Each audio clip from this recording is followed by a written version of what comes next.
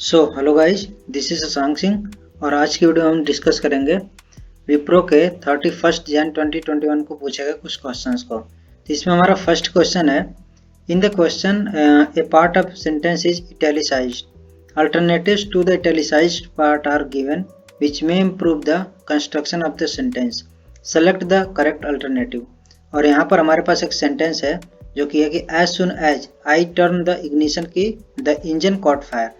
तो इसका हमें इतने पार्ट का हमें जो है एक अल्टरनेटिव इसमें से ढूंढना है। हमारे पास चार यहाँ पर ऑप्शन है, इनमें से आपका जो है सेकंड ऑप्शन होगा जिसको आप यहाँ पर देखोगे और उसका जो मीनिंग यहाँ पर हम पूरे सेंटेंस का चेक करेंगे, तो उसके हिसाब से हमारा सेकंड वाला ऑप्शन करेक्ट आएगा। ठीक है। अब यार यहाँ पर जो भी हम क्वेश्चन कर रहे हैं, यहाँ पर जो भी पूछे गए हैं, इनमें से कुछ के चांसेस हैं कि वो जो है आपके एग्जाम में पूछे जा सकते हैं, और ऐसा देखा गया है कि कुछ क्वेश्चन जो है रिपीट हो रहे हैं।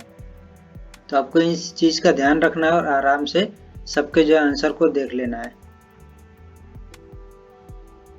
अब हमारा अगला क्वेश्चन है, select the correct option that fills the blank to make the sentence meaningfully complete. My computer needs upgradation since it. यहाँ पर हमारे पास चार ऑप्शन है, इज, वाज, वर और मस्ट। तो इसमें से हमारा आंसर हो जाएगा is, a very old version. ठीक है। अब हमारा अगला क्वेश्चन है, select the correct option that fills the blank to make the sentence meaningfully complete. और इसमें से जब आप जो है चारों ऑप्शन को चेक करोगे और उसका पूरे सेंटेंस को एक बार आप जो है इसका मीनिंग चेक करोगे, तो इसमें हमारा लास्ट वाला जो ऑप्शन है इन ऑर्डर वाला, ये हमारा यहाँ पर सही आएगा। तो ये हो जाएगा, in order to be a good swimmer you should know how to hold your breath for a while. Okay. तो अब हमारा अगला देखते हैं क्या है। अगला क्वेश्चन है कि read the sentence to find out whether there is any grammatical error in it. The error if any will be in one part of the sentence, the letter of that part is the answer. जैसे कि यहाँ पर क्या है, ए है, फिर यहाँ पर बी है और यहाँ पर सी है। तीन सेंटेंस अलग अलग दे दिए हैं और इनमें से आपको चेक करना है कि कौन सा जो है करेक्ट होगा, सॉरी इनकरेक्ट होगा। ठीक है। और यहाँ पर एक चीज़ और दिया है, ignore the error of punctuation if any. तो अगर कोई पंक्चुएशन हमारा एरर है तो उसको हमें इग्नोर करना है। इसमें आप देखोगे दिस डिसीजन, तो ये आपका क्या है, ये है आपका प्लूरल। तो प्लूरल के साथ यहाँ पर सिर्फ प्रोवाइड होना चाहिए था, तो इसलिए हमारा ऑप्शन ए में एरर होगा। अब चलते हैं, नेक्स्ट क्वेश्चन है, x walk 6 kilometre towards east from a point a and from the same point a y walk 8 kilometre towards south. ठीक है। तो यानी कि आपके पास सपोज यहाँ पर एक पॉइंट है ए है और यहाँ से जो है ईस्ट डायरेक्शन में, ईस्ट डायरेक्शन में जा रहा है 6 किलोमीटर, ये जा रहा है एक्स, और वाई क्या है 8 किलोमीटर साउथ में जा रहा। तो अब पूछ रहा है कि how far are the two friends from each other. ये अब यहाँ पर पहुँच गया, सॉरी एक्स और वाई यहाँ पर है। तो अब आपको पता है ये आपका एंगल 90 डिग्री बनेगा क्योंकि ये ईस्ट डायरेक्शन है साउथ। पाइथागोरस थ्योरम यहाँ पर यूज कर लेंगे, तो जो डिस्टेंस हो जाएगी वो क्या हो जाएगी, 6 का स्क्वायर प्लस 8 का स्क्वायर, और यहाँ से आ जाएगा आपका 10 किलोमीटर। तो सेकेंड ऑप्शन सही हो जाएगा। फिर हमारा नेक्स्ट है, 5 cars are parked in a row facing eastwards. ठीक है। यानी कि कुछ इस तरह होगा, ये पार्किंग एरिया हो गई और कार्स इस तरह से हैं, इधर की तरफ, ईस्ट की तरफ फेस किए हुए हैं। ठीक है। 5 कार्स हैं।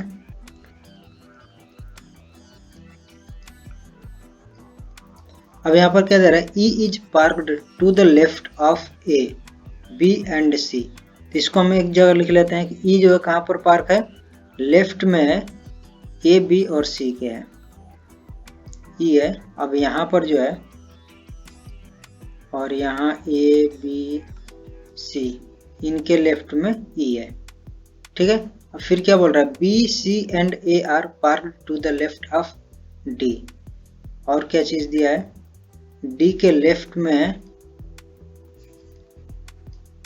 अब देखिए सभी का मैं फेस इधर की तरफ कंसीडर कर रहा हूँ, ईस्ट की तरफ, क्योंकि यहाँ पर दिया है कि सभी ईस्ट की तरफ हैं। तो इस डी के जो है लेफ्ट में कौन कौन से हैं, बी है, सी है और ए है, ये तीन है। C is parked between A and B, A और बी के बीच में सी है। If B is parked fourth from the left, यानी कि लेफ्ट से कहाँ पर है, बी इज पार्क्ड फोर्थ, तो यहाँ से आप लेफ्ट में यहाँ पर आ गए फोर्थ, यानी कि एक कंफर्म हो गया कि बी यहाँ पर है हमारा, इस वाले पर पोजीशन पर। ए फर्स्ट हो गया, ए सेकंड और ए थर्ड, ए फोर्थ पर है। How far is a parked from the right, यानी कि इस इधर से हमें चेक करना है कि ए कहाँ पर होगा। तो अब इसके लिए हमें जो बाकी पोजीशंस होगी, जो भी कार की होगी, उन्हें हमें यहाँ पर फाइंड करना है, इसमें से और इसमें से। तो अब आपको पता हो गया कि बी जो है, बी और ए के बीच में सी है, तो यहाँ पर सी हो सकता है, यहाँ पर ए हो सकता है। बाकी कंडीशन हम देखते हैं क्या क्या दिया है। ई जो है ए बी और सी के लेफ्ट में है, ठीक है, तो ई यहाँ पर हो सकता है। और क्या दिया, डी जो है उसके लेफ्ट में बी सी और ए है, बी सी और ए है, यानी डी यहाँ हो जाएगा। तो कुछ इस तरह की पोजीशन बनेगी, ठीक है। डी के जो है लेफ्ट में बी सी और ए हो गया, और ई के सॉरी ए सी और बी के, ए बी सी बोल सकते हो, उसके लेफ्ट में यहाँ पर ई हो गया, ठीक है। और इस ए और बी के बीच में सी भी आ गया।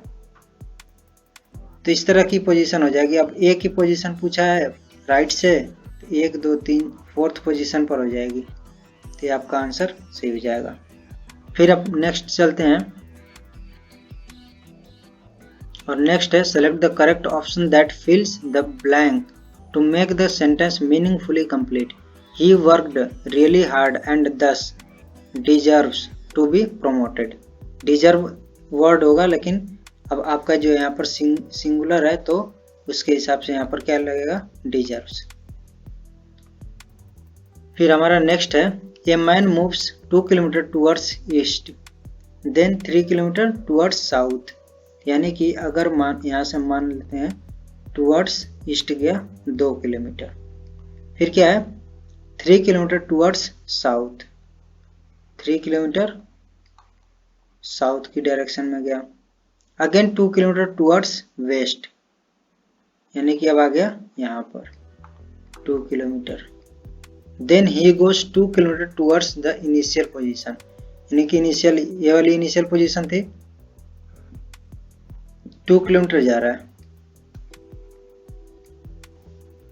From where he started, in which direction is he from his initial position, in which direction is he from his initial position. तो इनिशियल पोजीशन से वो किस डायरेक्शन में है फिलहाल, तो साउथ डायरेक्शन में इनिशियल पोजीशन से, ठीक है। ये हमारा हो जाएगा डी वाला।